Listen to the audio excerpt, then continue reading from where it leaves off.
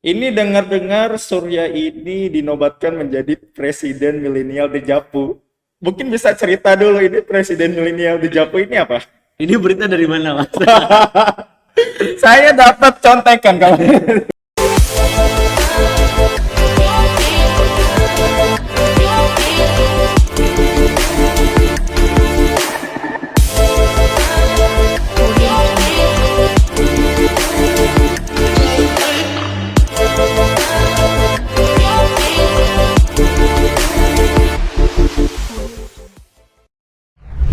Hai, saya Akmal, kembali berjumpa di The Japan Air episode kelima. Kali ini kita akan berbincang dengan seorang pegawai di usia yang 24 tahun sudah menjadi ASN. Gede Bagus Surya Layang Budiarta. Hai Sur, gimana kabarnya? Sehat, Mas. Oke Sur, mungkin bisa diceritakan terlebih dahulu Surya sekarang bekerja di bidang apa dan di unit mana? Kalau sekarang kerja di Kanwil DJP Jakarta Pusat, khususnya di bagian bimbingan pelayanan dan konsultasi, Mas. Oke, dulu pernah terpikir nggak sih Sur untuk menjadi seorang ASN? Atau mungkin Surya bisa cerita terlebih dulu nih, cita-cita dulu waktu kecil itu kira-kira jadi apa? Kan kalau normalnya mungkin anak-anak zaman dulu ya, maksudnya cita-cita jadi apa? Mau jadi dokter, mau jadi polisi gitu kan? Terus tiba-tiba sekarang Surya menjadi ASN. Gimana nih? Sur? Itu pasti nggak ada di dalam benak anak muda ya, anak kecil waktu itu. Nggak tahu tuh apa ASN, PNS, nggak tahu. Taunya itu benar tadi kata Mas Akmal, dokter. Karena orang tua ngarahinnya ke dokter. Ya anak kecil paling taunya kalau nggak iya, nggak gitu ya. Jadi saya cenderung pilih kalau tiap ditawarin nanti jadi dokter ya, iya. Nah terus kemudian gimana ceritanya bisa jadi ASN itu juga faktor orang tua sih Mas. Karena ketika waktu kuliah akhirnya ada momen saya untuk bilang kayaknya enggak nih mah, kedokteran bukan bukan bidangku gitulah ya. Bukan bidangku, akhirnya mungkin paham tuh orang tua di situ. Udah sekarang maunya kemana. Nah, tapi ternyata nggak jauh-jauh juga nih Mas Akmal, larinya ke bidangnya papa. Mhm. Papa tuh teknik sipil. Oke. Nah jadi ke sana jalan 1 bulan kuliah orientasi, ditawarin ini deh coba ada namanya kuliah STAN. Ya udah masuk sana akhirnya jadi PNS ya Mas. Oke, berarti Surya ini sebenarnya anak yang berbakti terhadap orang tua juga gitu kan. Karena kemauan orang tuanya mengerahkan Surya untuk menjadi ASN mungkin ya, kemudian Surya mengikuti kemauan dari orang tua tersebut gitu. Nah, terpikir nggak Surya saat ini menjadi ASN dan kemudian bekerja di Direktorat Jenderal Pajak?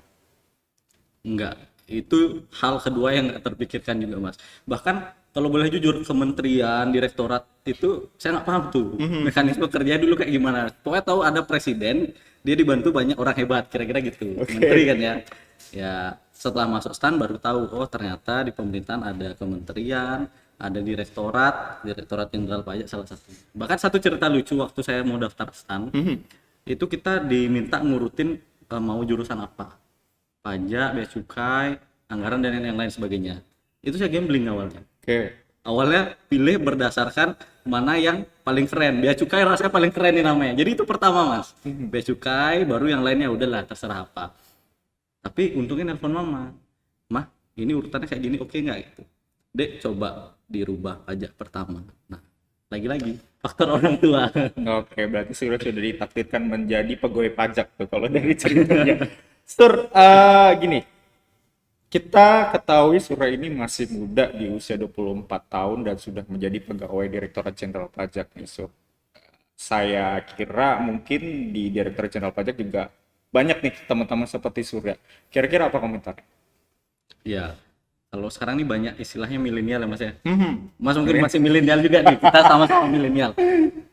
Banyak anak muda di Direktorat Jenderal Pajak itu agak mengagetkan awalnya karena saya pikir nih direktorat namanya aja udah kayak old fashion gitu ya namanya ya.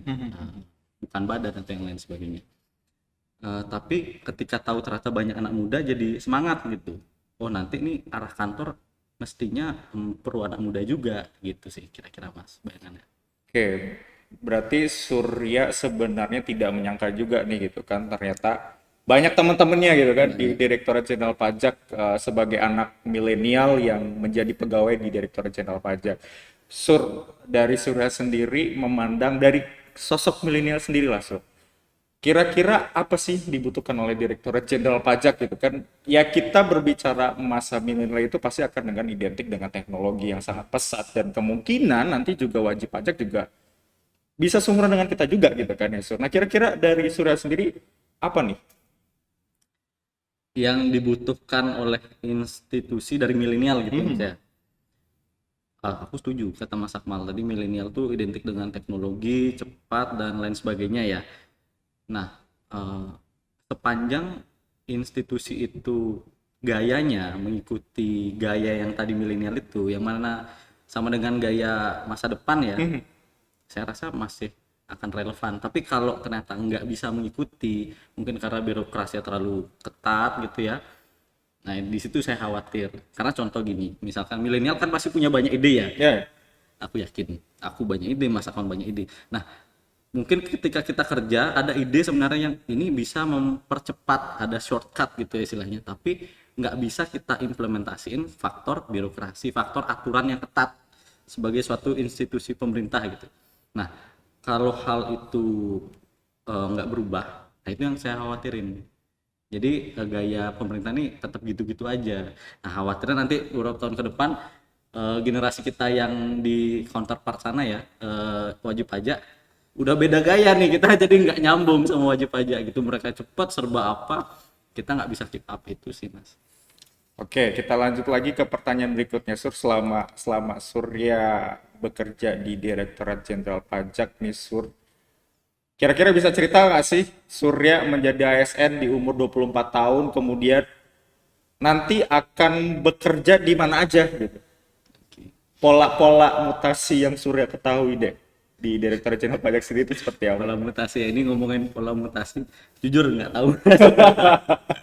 Jujur nggak tahu, itu kayak rahasia yang di atas. Tapi menariknya gini, dari beberapa kali ngomong sama lintas generasi ya, yang sama sebaya, sama yang di atas, mungkin ada perbedaan informasi nih yang diketahui sama anak-anak muda milenial sama yang di atas.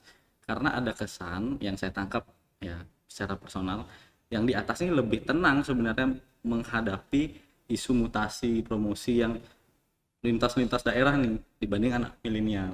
Nah, mungkin itu faktor nggak tahu tuh. Jadi kalau ditanya nanti bakal kemana, saya sebagai milenial yang muda tadi sama nggak tahu Mas.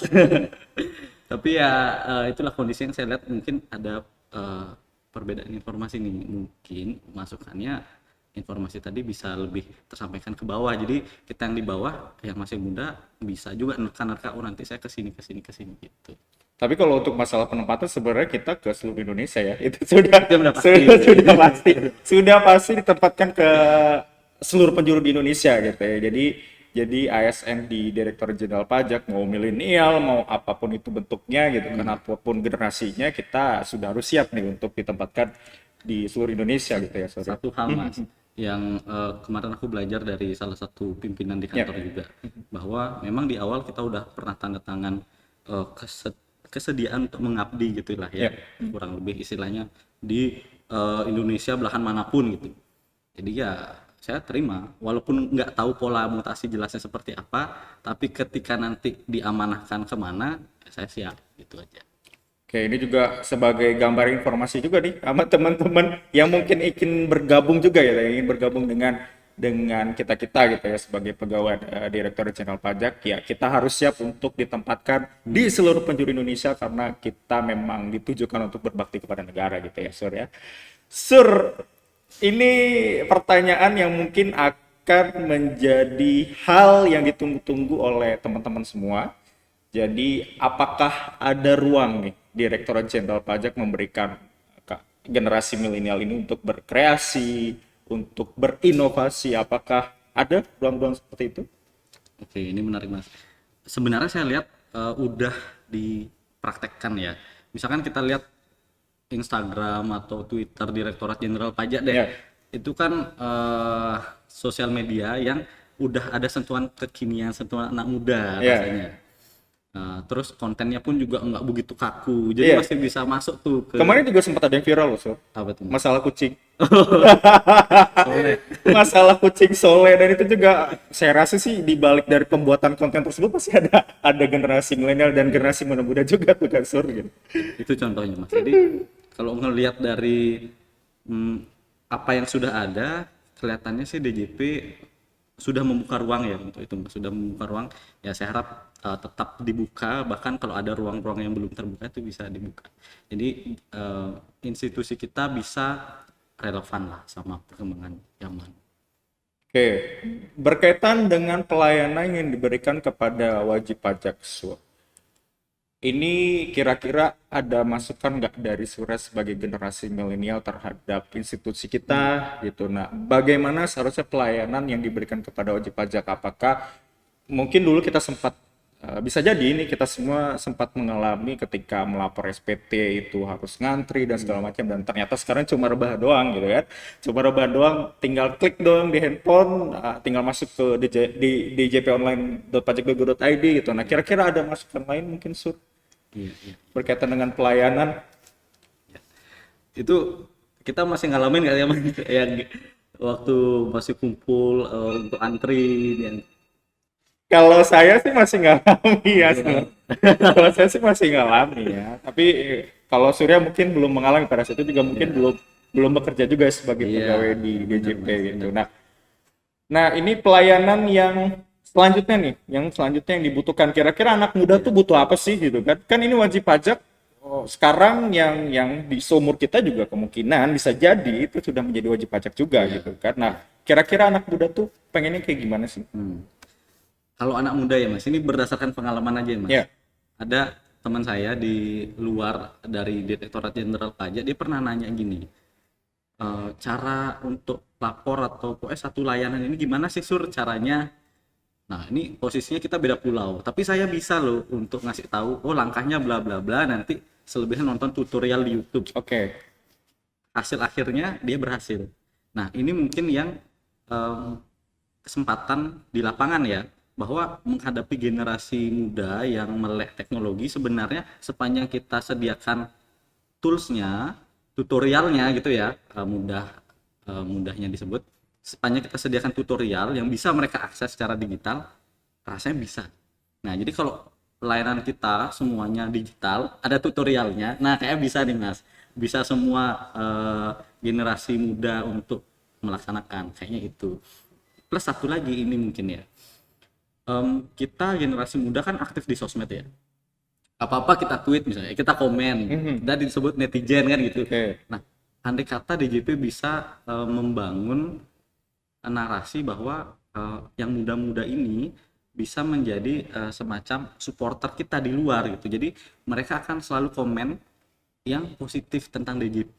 DJP-nya harus positif dulu ya. Nah, kemudian menginfluence mereka yang muda-muda supaya bisa melihat sisi positif itu, nanti ikut menyuarakan. Nah, itu sih Mas mungkin yang bisa DJP lakukan kali ya. Oke, keren. Berarti kita perlu bersama-sama nih, generasi muda ini perlu bersama-sama memikirkan gitu ya, bermikirkan dan juga sama-sama berkontribusi lah untuk negara gitu dengan caranya masing-masing gitu kan. Tentunya semua memiliki peran-peran sebagai warga negara gitu ya, entah itu generasi muda atau generasi baby boomers, X, Y, Z gitu kan. Kita masih tinggal di Indonesia, berarti kita harus sama-sama memiliki kewajiban, memiliki kesadaran terhadap pajak tentunya gitu ya, Sur. Ini dengar-dengar Surya ini dinobatkan menjadi presiden milenial di Japu. Mungkin bisa cerita dulu ini presiden milenial di Japu ini apa? Ini berita dari mana Mas? Saya dapat contekan kalau Mungkin saya harus tahu dulu nih sumber media dari mana nih.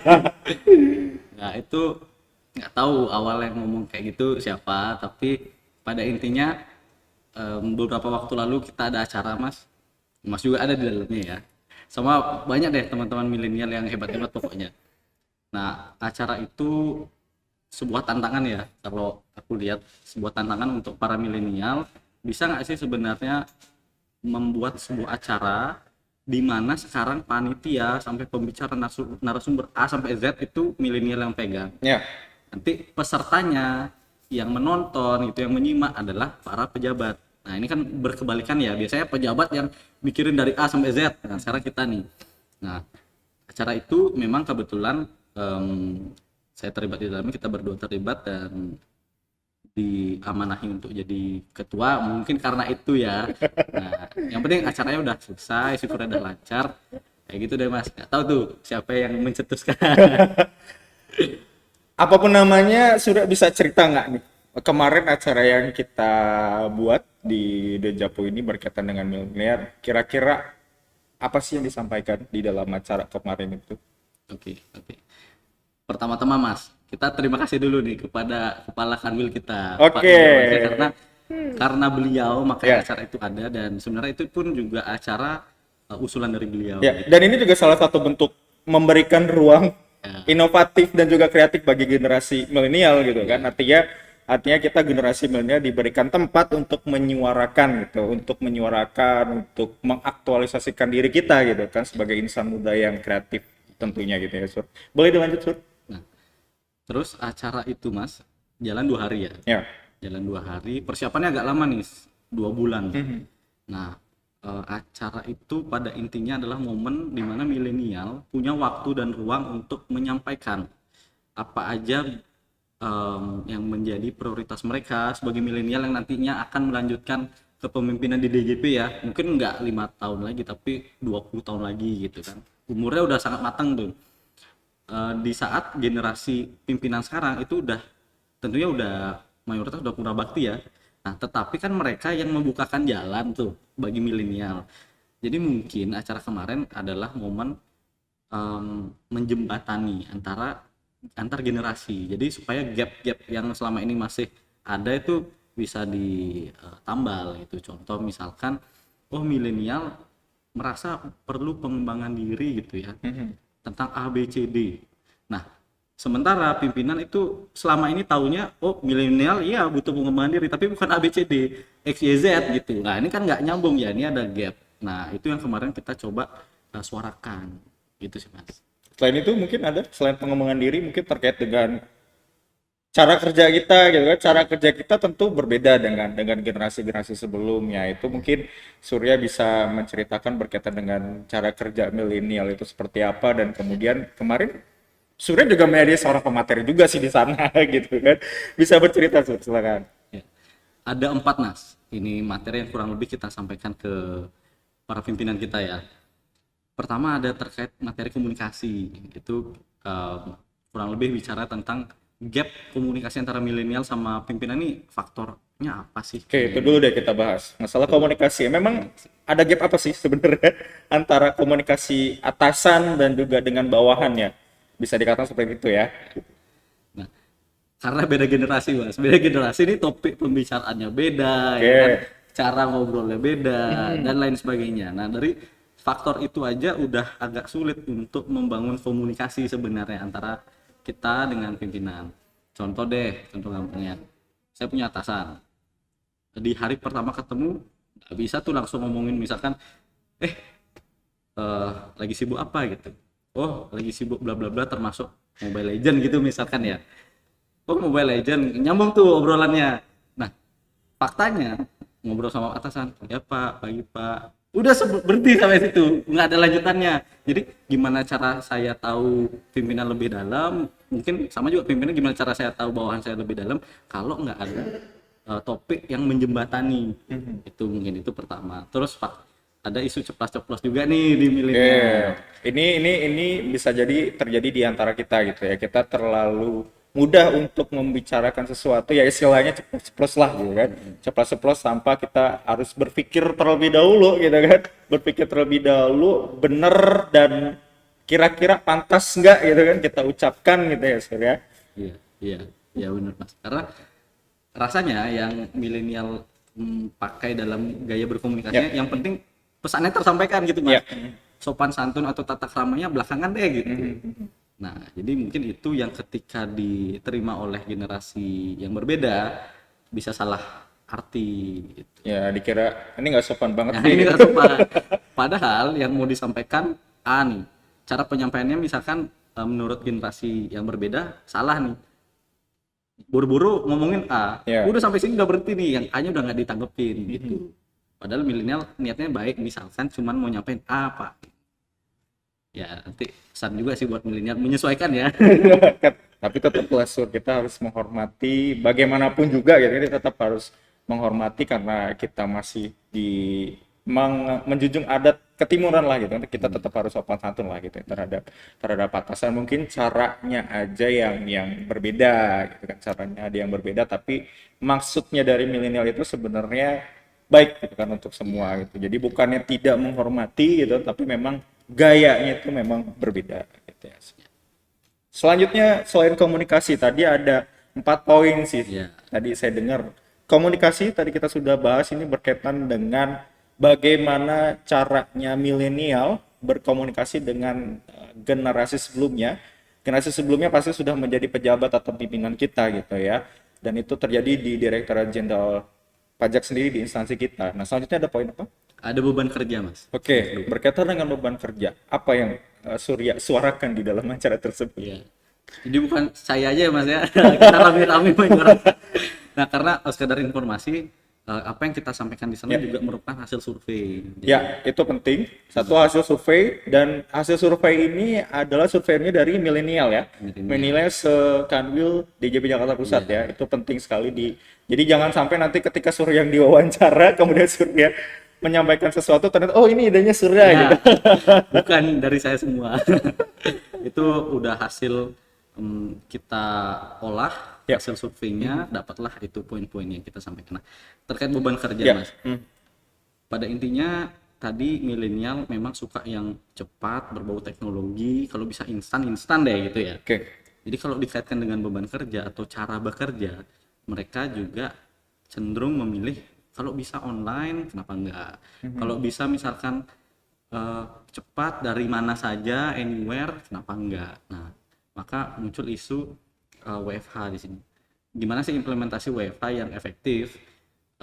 Karena milenial mayoritas merasa lebih efektif ketika WFH.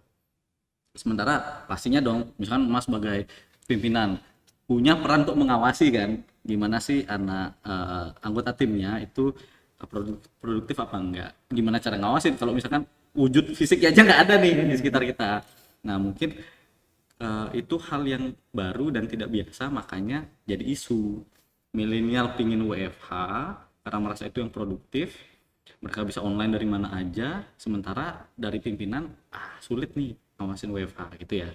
Akhirnya ya udah kita sampaikan bahwa poinnya ketika milenial itu WFH, kita beneran loh merasa lebih produktif karena semua itu dinamis. Dan gini contoh ya, kita misalkan ngerjain sesuatu Ya.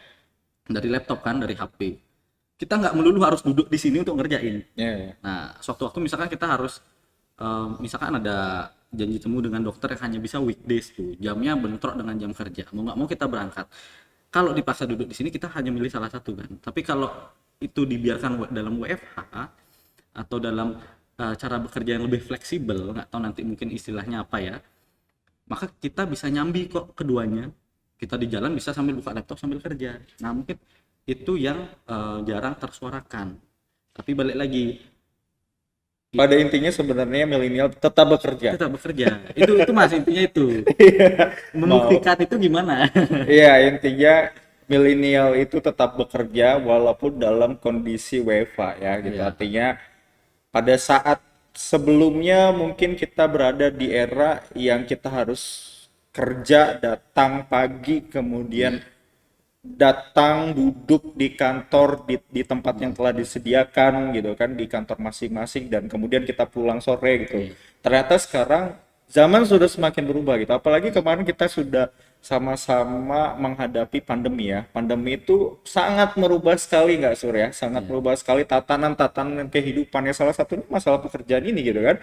Dengan adanya pandemi kita harus mau tidak mau kita harus bekerja produktif gitu kan di rumah, dan sekarang juga arah pergeseran kerjanya itu ya bisa jadi ke arah sana juga gitu ya. So, artinya ini milenial sendiri sebenarnya walaupun WFH juga tetap bekerja gitu kan ya Sur ya. Dan satu hal Mas yang Ya. penting, disclaimer-nya adalah ini milenial DJP Jakarta Pusat yang disurvei. Ya. Bisa ya, jadi ya, di ya. lokus yang Di berbeda. tempat yang lain, betul. Bisa jadi beda nih ceritanya. Karena gini, Jakarta itu ada polemik kemacetan. Ya, betul. Ya kan? Itu aja udah nyita energi banyak banget loh. Kita berangkat macet, pulang macet, wah ini udah tepar banget rasanya. Nah, faktor itu juga yang mempengaruhi kenapa milenial condong ke WFH. Ya. Oke, selanjutnya tadi masalah komunikasi, kemudian ada masalah beban kerja, dan poin ketiga ada yang Ada disampaikan. pengembangan diri Mas yang tadi. Oke, pengembangan diri. Pengembangan diri seperti apa sih sebenarnya yang diharapkan oleh milenial? Nah, ternyata menariknya gini Mas. Pengembangan diri itu penting untuk menjaga produktivitas. Nah, korelasinya gimana? Kalau seseorang ini memiliki kesempatan untuk mengembangkan diri ya, sesuai yang dia minati, sepanjang positif, maka dia akan merasa lebih bahagia. Nah, orang yang lebih bahagia ini menurut riset akan cenderung lebih produktif. Nah, jadi kemarin ini yang kita sampaikan bahwa kondisinya seperti ini, rumusnya ya kurang lebih ya 3. Nah, pengembangan diri apa yang diminati oleh para milenial DJP Jakarta Pusat, Dejapu ya, itu yang tentunya perlu dipikirkan. Kalau ternyata pengembangan diri yang mereka minati ini belum terfasilitasi, nah bahaya nih ke tingkat kebahagiaan dan produktivitas. Nah itu Mas yang kita sampaikan. Pada intinya mayoritas sudah terfasilitasi ya. Misalkan Di Kanwil DJP Jakarta Kanwil, Pusat ya. ya. Lagi-lagi ini adalah kita berbicara tentang Dejapu, Presiden Milenial Dejapu. Presiden Milenial Dejapu berarti kita berbicara tentang di ruang lingkup kerja kita ya di Kanwil DJP Jakarta Pusat. Lanjut, Sur. Ya. Itu Mas, jadi ketika kita cek datanya, ternyata mayoritas sudah terfasilitasi ya. Contoh misalkan olahraga, bentuk olahraga seperti apa juga udah kita sampaikan, musik dan sebagainya, atau bahkan yang di luar dari dugaan saya pribadi ya. Ternyata pendidikan itu jadi pengembangan diri yang nomor 1 bagi milenial. Itu prioritas utama. Nah, ketika mereka merasa sudah mendapat kemudahan dalam mengembangkan pendidikannya, mungkin dengan izin belajar, tugas belajar, dan lain sebagainya, barulah mereka akan merasa terfasilitasi, merasa puas. Nah, itu yang tampak dari hasil survei. Ketika ada yang merasa belum terfasilitasi, apa nih penyebabnya? Oh, ternyata ada perbedaan prioritas. Mereka memprioritaskan pendidikan, tetapi yang terfasilitasi mayoritas misalkan olahraga. Dan yang lainnya. Pendidikan tuh mungkin nomor kesekian. Itu kondisinya. Kalau misalkan saya gambarkan ya, itu yang kami sampaikan. Dan poin terakhir. Poin yang keempat itu terkait dengan masa depan, Mas. Oke, ini kita berbicara tentang masa depan. Masa depan seperti apa yang Surya harapkan? Jangan Surya. Masa depan milenial yang diharapkan ini berdasarkan survei kemarin ya. Mungkin Surya bisa cerita. Menariknya, Mas.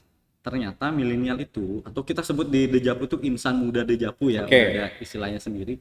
Insan muda Dejapu merasa keluarga itu menjadi isu di masa depan. Bukan berarti mereka tuh nggak mau berkeluarga, bukan ya, itu salah kaprah. Artinya mereka sangat memikirkan bagaimana saya berkeluarga nantinya di masa depan, melebihi isu-isu lainnya seperti isu harta, isu misalkan tempat tinggal, dan lain sebagainya ya.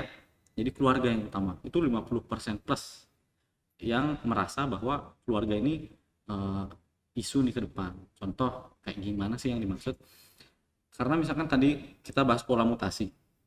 Dengan pola mutasi yang menurut kami ya milenial itu belum ketebak. Nah, jadi kami bingung nih. Nanti berkeluarga di mana? Ya. Bukan berkeluarga di mana, nanti keluarga kita kayak gimana aja. Berkeluarga di mana nanti Surya nyari keluarga di mana? Apalagi buat yang masih jomblo ya. Kapan saya momennya untuk nyari pasangan, apakah di lokasi sekarang atau di lokasi nanti di mana kita belum tahu. Nah, terus ketika kita misalkan sekarang udah berkeluarga ya, maka di mana mereka akan menetapkan home base-nya, apakah di lokasi sekarang atau di lokasi kampung halaman salah satu pasangannya, itu kan jadi isu juga. Bagaimana mereka bisa mempertahankan keluarga ini? LDR gitu misalkan. Tapi sebenarnya pada intinya kita tetap siap, Sur. Kita tetap siap ditempatkan di mana saja karena memang itu bentuk bagian dari bakti kita terhadap negara gitu ya. Itu hanya isu-isu saja berdasarkan survei kemarin ya, hanya isu-isu yang kemudian ternyata muncul nih gitu. Muncul ternyata milenial itu mengkhawatirkan Korea. Ya sebenarnya itu bagus juga gitu kan, artinya selain dari kita berpikir tentang kerja gitu kan, ya kita juga tetap tidak bisa mengesampingkan juga ya masalah keluarga gitu ya, Sir. Ya, benar Mas. Dan terkait dengan masa depan ini, benar kata Mas Akmal tadi, intinya adalah milenial menyuarakan apa yang mereka khawatirkan Ya. di masa depan.